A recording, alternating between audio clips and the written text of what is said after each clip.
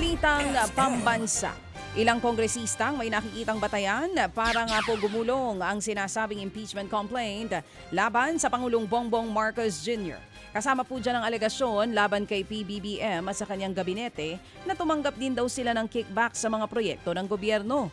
Ang tingin naman po ni House Deputy Majority Leader Zia Alonto Adyong, pampaingay lang ang umano'y inilulutong impeachment laban sa Pangulo. Layon daw nitong pabagalin ang ginagawang investigasyon sa flood control scandal. Ayon naman sa cousin-in-law mismo ni PBBM na si Navotas Congressman Toby Tiangco, wala pa siyang naririnig na nilulutong impeachment laban sa Pangulo. Wala rin daw kumakausap sa kanya kaugnay nito. Ako, I am totally for accountability. No, kahit sino man yan, but the parameters and the standards for accountability dapat pareho po, maging presidente ba yan, maging vice-presidente.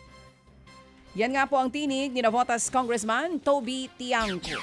Sa iba pang balita, naniniwala po si Navotas Congressman Toby Tiangco na may pananagutan si Vice President Sara Duterte kung mapapatunayan na nagwaldas nga po ito ng confidential funds. Matatandaan kasama sa naunang articles of impeachment laban sa Vice Presidente noong 2025, ang pagwawaldas daw nito sa mahigit 600 million pesos na confidential funds noon ng OVP at maging ng Department of Education.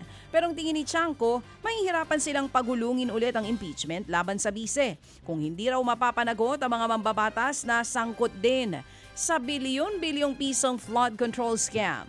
Mahirap daw sikmurain na pumirma sa impeachment laban sa bise kung alam naman daw na may mga kongresista na kasabwat o may kinalaman sa korupsyon. The VP has to be accountable, di ba? Kung ngayon yung araw na magdidesisyon, ang medyo mahirap lang sa akin is yung sitwasyon na kung sa ngayon, kung sa araw na kami magdidesisyon, wala pang napapanagot na big fish doon sa House of Representatives. Parang ang hirap magdesisyon nun kasi parang napaka-ipokrito namin bilang House of Representatives. Yan nga po ang tinig ni Navotas Congressman Toby Tiangco. Samantala sa ibang balita, isinumbong sa NBI ni Palace Press Officer Attorney Claire Castro ang umano'y death threats sa kanya. Personal na sumadya sa tanggapan ng National Bureau of Investigation o NBI si Castro para nga magpasaklolo. Ang kanyang isinumbong ang anyay mga banta mula sa Facebook page na Luminous by Trixie Cruz Angeles and Ahmed Paglinawan. Sa isang post noong January 2, nakasaad na nakakatuwa raw si Yusek Castro sa anilay Chucky series nito. Nabanggit sa post na dapat daw maintindihan ni Castro na ilang parte lang ng kanyang katawan ang walang latay dahil sa kanyang mga pinagagawa. Ayon pa kay Castro, lumabas ang post matapos ang kanyang mga Chucky remark noong Disyembre kung saan binanggit niyang parang kahalintulad ng fictional character na Chucky si Vice President Sara Duterte. Sasailalim naman sa authentication ng NBI ang nasabing Facebook post.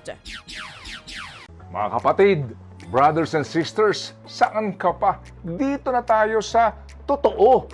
Dito na tayo sa True FM. Mga kapatid, mag-subscribe and follow po kayo sa social media accounts ng True Network PH. Yan po kami, hanapin nyo lang True Network PH, Facebook, Instagram, YouTube, TikTok, and podcast.